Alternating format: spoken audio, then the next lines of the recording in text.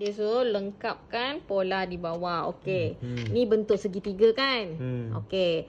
Ni apa tu, lepas tu love. Okey, love dengan love. Segitiga satu. So tambah lagi satu segitiga kat sini. Maknanya ni love, love. Maknanya dia ada dua pasangan. Pasangan. Betul? Okey, ni bulat. Sengkang. Ada lagi sengkang tak? Tak ada. Maknanya apa? Sengkang lah sini. Buang sengkang. Letaklah sengkang sini. Lukis macam tu. Wah, maris lah tak tu. Tak apa, tak payah pakai pemaris. Agak-agak je. Macam mana tengok gambar tu, macam mana sengkang. Tak payah pakai garisan pun tak apa. Janganlah panjang-panjang sangat. Okey, tengok bawah tu pula.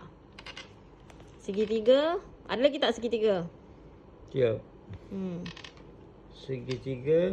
Segitiga. Okey, lagi? Bulan. Ada lagi tak?